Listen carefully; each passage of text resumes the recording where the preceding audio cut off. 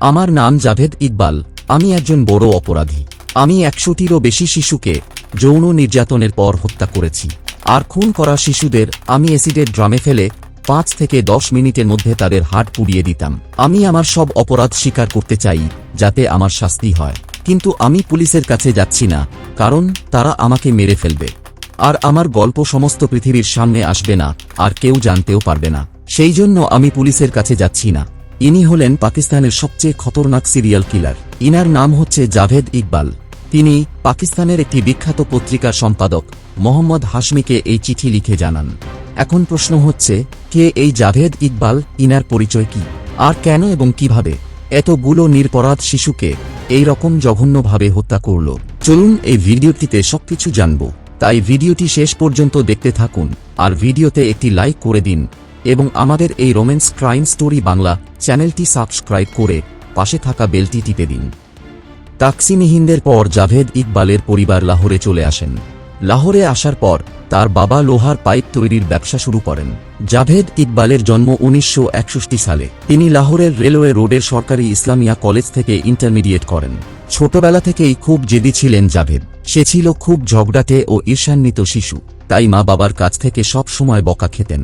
তিনি যখন তখন রেগে যেতেন এবং তার মাথায় অল্প বয়স থেকেই বাজে নোংরা চিন্তাভাবনা আসতে থাকে।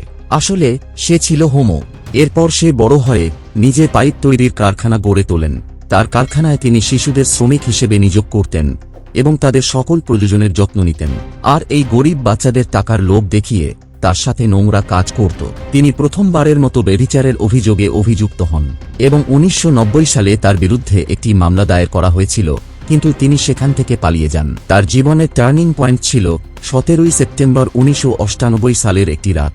জাভেদ ইকবাল তার বাড়িতে একটি ছেলেকে নিয়ে আসেন তার শরীর মালিশ করবার জন্য।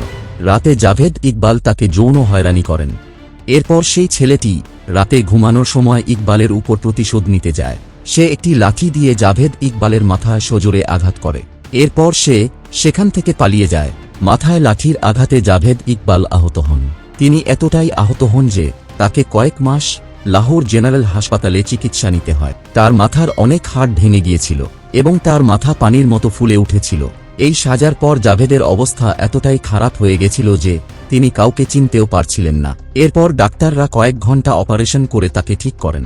ইকবাল অসুস্থ থাকাকালীন তার মা তাকে দেখাশোনা করতেন। এদিকে সেই মালিশ করা ছেলেটি ইকবালের বিরুদ্ধে মামলা করে। এরপর জাভেদ ইকবাল সেখান থেকে পালিয়ে যায়, কিন্তু পুলিশ ইকবালকে না পেয়ে ইকবালের মাকে থানায় নিয়ে গিয়ে জিজ্ঞাসাবাদ করেন এবং ধমকি দিতে থাকেন। পুলিশের এই আচরণে জাভেদ ইকবালের মন একদম ভেঙে গিয়েছিল। তখন সে সিদ্ধান্ত নেয় যে তাকে প্রতিশোধ নিতে হবে। সে প্রতিজ্ঞা করে যে এই শহরের গরিব বাচ্চাদের হত্যা করবে এবং সে গুনে গুনে 100 বাচ্চাকে হত্যা করবে। এরপর জাভেদ ইকবাল বাচ্চাদের ফাঁদে ফেলার জন্য একটি ভিডিও গেমের দোকান খোলেন এবং সেখানে গরিব বাচ্চাদের গেম খেলতে দিতেন। এছাড়া বাচ্চাদের এন্টারটেইনমেন্ট করবার জন্য তার দোকানের অ্যাকোরিয়ামে সাপ ও মাছ রেখেছিলেন। সে ইচ্ছে করে তার দোকানে টাকা পয়সা ছড়িয়ে রাখত, আর গরিব বাচ্চারা সেই টাকায় হাত দিলেই ইকবাল সেই বাচ্চাকে ভয় দেখিয়ে দোকানের পেছনে তার ঘরে নিয়ে যেত। তারপর টাকা খোঁজার অছিলায় তাকে বিবস্ত্র করে তল্লাশি করত এবং তার সঙ্গে খারাপ কাজ করত।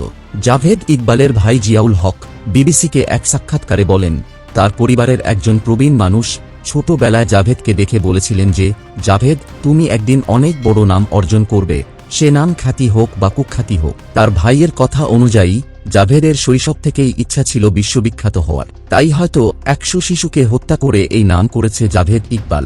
লাহোরের রাভি রোডে তার বাড়িতে একটি বড় ফাঁকা ঘর ছিল, যেখানে জাভেদ ইকবাল 100টি শিশু হত্যার পরিকল্পনা করেছিলেন। 20 জুন 1999 সালে ইকবালের শিশু হত্যার ক্রম শুরু হয়। এরপর 26 জুলাই জাভেদ ইকবালের মায়ের মৃত্যু হয়। আর মায়ের মৃত্যুর পর থেকেই ইকবালের অপরাধের মাত্রা বেড়ে যায়। তার অপরাধ করার পদ্ধতি ছিল, প্রথমে সে বাড়ি থেকে পালানো গরিব বাচ্চাদের সঙ্গে মেলামেশা করত, তারপর তাকে নিজের কাছে নিয়ে আসত এবং তাদের ভালো পোশাক পরিয়ে দিত, খাওয়াতো, টিভি দেখাতো এবং তারপর তাকে লোহার চেন দিয়ে গলায় ফাঁস দিয়ে মেরে ফেলত। মেরে ফেলার পর প্রথমে তার নাম সহ সমস্ত ডিটেইলস একটি ডায়েরিতে লিখে রাখত। তারপর তার পোশাক ও জুতো এবং তার মাথার চুল কেটে আলাদা আলাদা করে প্যাকেট করে রাখত এবং প্রত্যেকটি প্যাকেটের গায়ে বাচ্চাটির নাম লিখে রাখত। তারপর এই কাজগুলো হয়ে যাওয়ার পর তাকে চপার দিয়ে কেটে টুকরো টুকরো করে ঘরে থাকা বড় বড় লোহার ড্রামের মধ্যে রাখা অ্যাসিডের ভেতরে ফেলে দিত। এরপর 5 থেকে 10 মিনিট পর সেগুলো অ্যাসিডে গলে যেত। এইভাবে সে এক এক করে 100টি শিশুকে হত্যা করে। এরপর সে ভাবে এই ঘটনা পুলিশকে জানালে পুলিশ তাকে গুলি করে মেরে ফেলতে পারে, তাহলে তার এই হত্যার ঘটনা বিশ্বের কেউ জানতেও পারবে না। তাই সে পাকিস্তানের রোজনামা জঙ্ক পত্রিকার সম্পাদক মোহাম্মদ হাশমিকে চিঠি লেখেন। এই চিঠি হাশমির হাতে পড়ে এবং তিনি জাভেদ ইকবালকে পত্রিকা অফিসে আসতে বলেন। 1999 সালের 31 ডিসেম্বরের রাতে ইকবাল আত্মসমর্পণ করতে রিকশায় করে পত্রিকা অফিসে আসেন। তার উপস্থিতি জানার সাথে সাথে বিপুল সংখ্যক পুলিশ সংবাদপত্র অফিসে পৌঁছে যায় এবং সেখান থেকে পুলিশ জাভেদ ইকবালকে গ্রেপ্তার করে। 2000 সালের প্রথম দিন সিরিয়াল কিলার জাভেদ ইকবালের এই ঘটনাটি পত্রিকায় প্রকাশিত হয় এবং এই ঘটনায় সমগ্র পাকিস্তান সহ বিশ্বে হইচই পড়ে যায় এবং ঘটনাটি পত্রিকায় প্রকাশিত হওয়ার পর নিখোঁজ শিশুদের পরিবারের লোকজন পত্রিকা অফিসে খোঁজ করতে ছুটে আসেন। এরপর আদালতে জাভেদ ইকবালের বিচার শুরু হয়। সবকিছু তথ্য ও প্রমাণ পাওয়ার পর 2000 সালের মার্চ মাসে বিচারক আল্লাহ বক্সের আদালতে ইকবালের নির্মম সাজা ঘোষণা করা হয়। সে যেভাবে বাচ্চাদের হত্যা করে এসিডে চুবিয়ে মেরেছে, ঠিক তেমনিভাবে তাকেও মারা হবে। তবে এই সাজা দেওয়ার আগে নাটকীয়ভাবে জাভেদ ইকবাল জেলের ভিতরে আত্মহত্যা করেন। রোমহর্ষক এই ঘটনাটি সম্পর্কে আপনার মতামত জানান। আর ভিডিওটি ভালো লাগলে একটা লাইক করে দেবেন এবং এই রকম রোমহর্ষক রোমাঞ্চকর ভিডিও দেখতে আমাদের এই রোম্যান্স ক্রাইম স্টোরি বাংলা চ্যানেলটি সাবস্ক্রাইব করে পাশে থাকা বেলটি টিপে দেবেন। দেখা হবে পরের ভিডিওতে। ততক্ষণ সবাই সাবধানে থাকবেন, ভালো থাকবেন। ধন্যবাদ।